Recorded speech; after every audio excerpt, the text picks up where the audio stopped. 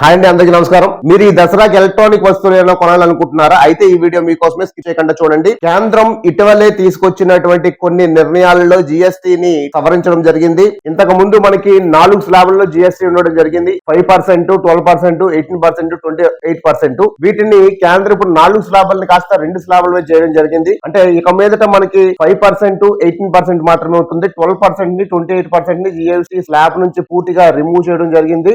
ఇప్పటి వరకు ఎలక్ట్రానిక్ వస్తువుల్లో డబుల్ డోర్ ఫ్రిడ్జ్లు గానీ, ఏసీలు గానీ, 40 ఇంచెస్ పైన ఉన్న టీవీలన్నీ కూడా 28% లో ఉండేవి. ఇక మీదట అవి 18% లోకి రావడం జరుగుతుంది. దివాళీ తర్వాత ఇవన్నీ మనకి అమల్లోకి వస్తాయి. ఎవరైనా ఈ దసరాకి ఎలక్ట్రానిక్ వస్తువులు కొనాలి అనుకుంటే ఖచ్చితంగా మీకు 100% మీకు ఆ ఎలక్ట్రానిక్ వస్తువు నీడ్ అయితే దసరా తీసేసుకోండి. లేదు, వెయిట్ చేయగలుగుతాం, 1 మంత్ తర్వాత కొన్నా ఒక ప్రాబ్లం లేదు అనుకున్నట్టయితే, ఎవరైనా దివాళీ తర్వాత ప్లాన్ చేసుకున్నట్టయితే మీ ఎలక్ట్రానిక్ వస్తువుల మీద మినిమం మీకు 10% ప్రాఫిట్ చేకూరుతుంది.